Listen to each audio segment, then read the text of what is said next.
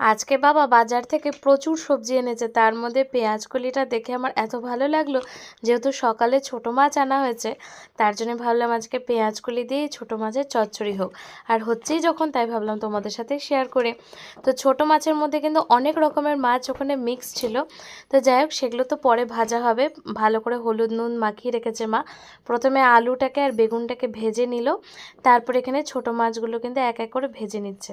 তারপরে একটু তেলের মধ্যে কালো জিরে ফোড়ন আর বেশি করে রসুন ফোড়ন দিয়ে দিয়ে দিচ্ছে বেশি করে পেঁয়াজ কুচোনো। তারপর এখানে আবার একটা মশলাও বানিয়ে রেখেছে, আর পেঁয়াজ কলিগুলো দিয়ে তার মধ্যে একটু নুন আর একটু হলুদ গুঁড়ো দিয়ে দিয়েছে, আর টমেটোও দেওয়া হয়েছে। আর এখানে একটা বাটির মধ্যে মশলা গুলে নিয়েছে, যার মধ্যে আছে লঙ্কার গুঁড়ো, জিরের গুঁড়ো, ধনের গুঁড়ো, একটু সামান্য হলুদ আর লঙ্কার বাটাও দেওয়া হয়েছে, যেহেতু আমরা একটু ঝালটা বেশি খাই। এখানে সমস্ত মশলা একটু কষে যাওয়ার পরেই কিন্তু মাছগুলো উপর থেকে দিয়ে ধনেপাতা দিয়ে একদম রেডি পেঁয়াজ